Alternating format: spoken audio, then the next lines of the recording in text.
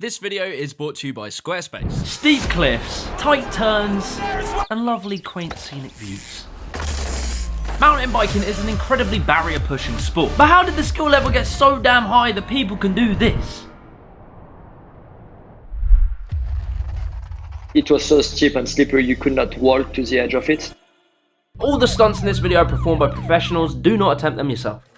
Since as far back as the 1800s, bikes had been modded for off-road use. You had the Buffalo Soldiers who cycled all the way from Montana to Yellowstone. However, there would be one place that would stand out as the first ever mecca of mountain bike. Mount Tamalpais in Marin County. In the late 60s to the early 70s, a little group of lads called the Lake Spurs Canyon Gang were riding these single-gear bikes that had ballooner tyres, bikes like the Coulson Flyer. And whilst these young lads were supposed to be delivering the newspaper to Mr. and Mrs. Jones, they had started to notice that these bikes could serve another purpose, and that was that these babies could go off-road.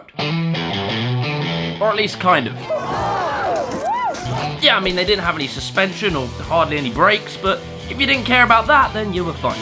On October 21st, 1976, 10 local riders showed up at what would be called the Repack Race. Saddled on the top of the Repack route with their swing clunkers, that's the name of the bike, with one mission: to find out who was the fastest fella on two wheels. This was a big deal. People would stagger out of the bars and say, "You gotta win next week, Gary. My money's on you." But then things started to change. In 1997, a fella by the name of Joe Breeze was offered $300 by his close friend Charlie Kelly. You see, Joe was pretty good with the tools, and Charlie wanted to get ahead, so he offered Joe a little bit of money to build a bike specifically for mountain biking, known as the Breezer. So Charlie paid the money, received his bike, and he expected he was going to win the Repack Race. But obviously Joe had the same bike. My prototype was mine. I didn't sell it. And so Joe took first place at the Repack Race. But you see, this proves something very important. There was something in the technology, as you could seemingly engineer a bike that could turn quicker, grip tighter, and go faster than anyone else. The Breezer had marked the beginning of modern day mountain biking. Come a long way since then, and it's going to go a long ways. From here, mountain biking was pretty much an overnight success. Shortly after this, two bikes in particular had become very widely available to your average Joe. You had the Stump Jumper and the Univenga Alpina Pro. In 1985, a film would be released called Freewheeling, where we would see for the first 5 minutes like traditional mountain biking. Around the 6-minute mark, something was very different. The camera would cut to this blonde-haired babe magnet cruising around on his ones in the middle of this desert-looking mountain range. Then we would see one shot of him riding down a steep mountain, popping his booty out backwards in a way that would keep the wheel sunken into the ground and gain more traction, all the while utilizing his brakes to not gain too much speed. As simple as this looks now, this at the time was revolutionary. You see, because the image of mountain biking in the 1980s was mainly these spandex-clad racers, but that image would get completely flipped on its head with the release of one film in particular. When in doubt, bok bok, chicken out. This film was made in 1995. It was made by this director called Greg Stump. Pulp Traction came out, so I stole everything. He was a very famous ski filmmaker, and he was somehow roped in by this motley crew of riders for this company called Specialized that wanted to do things just a little bit different. So that's really when the sport like really took off. This new style of riding had been dubbed as freeride, a style that focused more on creativity and gnarliness, as opposed to racing and time records. However, despite this film, Pulp Traction being completely revolutionary, it was never allowed to be released. You might be sat there thinking it's probably to do with the clear copyright infringements. Come and shut up right now! But you'd be wrong, because the reason that this film wasn't allowed to be released was because it showed the wheels of the bikes tearing up dirt. Did you just say I shouldn't show the tire touching the dirt? You see, mountain biking had a pretty turbulent relationship with another well-known activity, hiking. Before we get any further into the video, I want to give a massive shout out to Squarespace for sponsoring. These days, having a good website is so important. I got an advert the other day for a product I really like the look of. I clicked on it and the website was just terrible. And I ended up not buying the product, and this could be happening to you. Squarespace makes making websites just so easy. With tons of templates to choose from, you can customize them to perfectly fit your brand and what it is you do. Be that a clothing brand, maybe your art portfolio, or perhaps you're a PT. Squarespace has a ton of built-in apps that you can use to better your website. Things like appointment scheduling, members-only content, e-commerce, and much more. Every time in the past that I've ever made a website, I've always gone to Squarespace. So be sure to head over to squarespace.com/Jimmy the Giant and to get 10% off your first purchase of a website or a domain, use the code Jimmy the Giant. Anyway, back to the video. Before this video, the world of mountain biking had fought endlessly to gain permission to ride on these beautiful routes. Still many places, hiking specific and mountain biking is not allowed. And the traditional mountain bike industry thought that these guys were just about to come along and mess it all up. Despite this film never being released by the company Specialized, it was already too late. The genie was out the bottle. You know, once you rode down the face of a mountain, how do you go back to a quaint cycle with your mum and your dad? You don't. These riders were now hell-bent on doing these kind of routes. The wider mountain biking industry just completely overlooked it. If the mountain bike industry was to see what goes on here and how wild the trails are, they would see that it's definitely the pinnacle.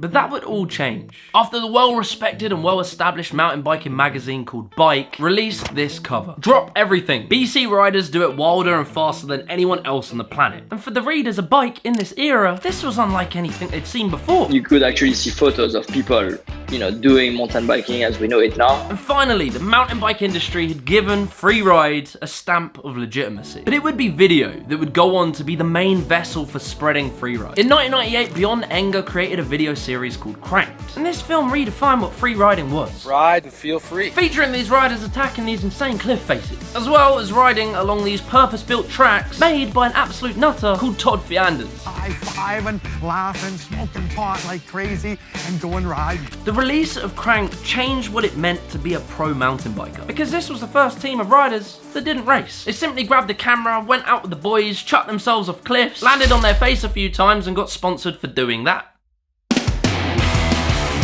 New World Disorder was like the top movie at the time. And me personally, that's what really got me into what I do today. In 2001, Red Bull would release their event called Red Bull Rampage, providing a competitive angle to the world of freeride mountain bike and helping boost the careers of these legends of the sport, such as Wade Simmons, Tyler Casson, and Cedric Garcia. So in 2008, everybody is really impressive. Everybody's learned tricks, everybody's faster, everybody's more dialed. 2010, 2012, like the jumps get like even bigger. That allows you to go bigger, right? Yeah! Oh my God! Sake! Dude, man, dude!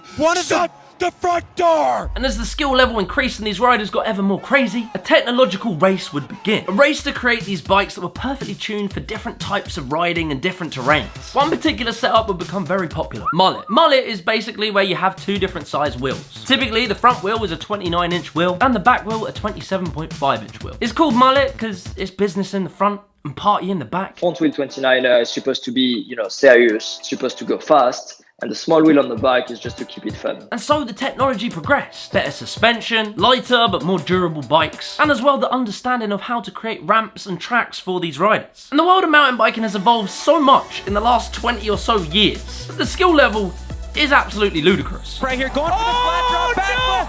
Oh, he missed it! There's this one clip in particular, you might well have seen it, that completely inspired this video, and it's by a rider called Killian Braun, where he tackles this essentially vertical face in Moab in Utah. I mean, I literally couldn't wrap my damn head around it. But I was even more amazed when I found out a guy called Kenny Smith did this about 10 or 15 years ago. And when I saw this, I just wanted to know one thing. How do these riders go down cliff faces? Remy was able to explain to me the technique that him and other riders use to do these kind of runs. A lot of it comes down to braking technique. Obviously, I have my weight back so I don't go over the bar, and drop my heels so I can really push on the bike and keep the tire in contact. Really slow, really controlled.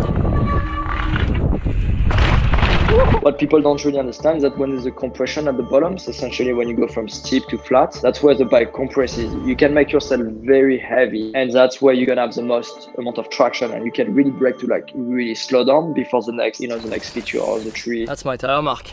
Somehow managed to not touch the tree.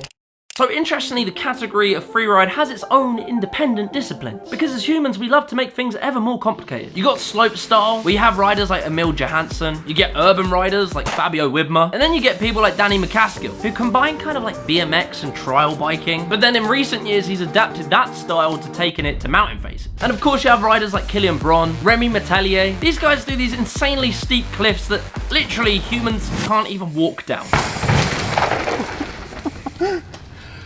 That's ridiculous. And if, like me, you're sat there wondering how on earth do you pluck up the courage to do this, well, fear management is a massive part. I mean, because it doesn't need to be said, but any small slip-up could easily prove fatal. You know, look at something and I'm scared. Is this worth it? Like, and a lot of the time the answer is no. Like, I take risks, but I'm very calculated.